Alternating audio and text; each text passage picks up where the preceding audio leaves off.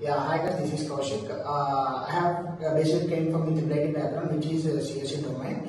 I have completed my graduation in 2023 in the May month. After that, I have used to go to the non-IT jobs, and I used to switch my career in the IT roles.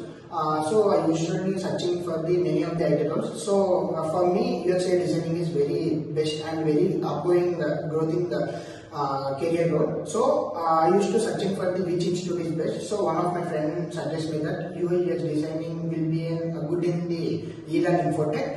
After that, I have used to locate to this Elearn Infotech. I have taken the Masters of UX/UI designing with placement guaranteed, and my trainers and my admins are very well trained to me. And after that, I have done the 12 live projects, and after that, I have went to the 3 to 4 interviews in company, and after that, I have achieved my dream job, which is at UI/UX designing in the new shift technologies. And finally, thanks for Elearn Infotech and my training.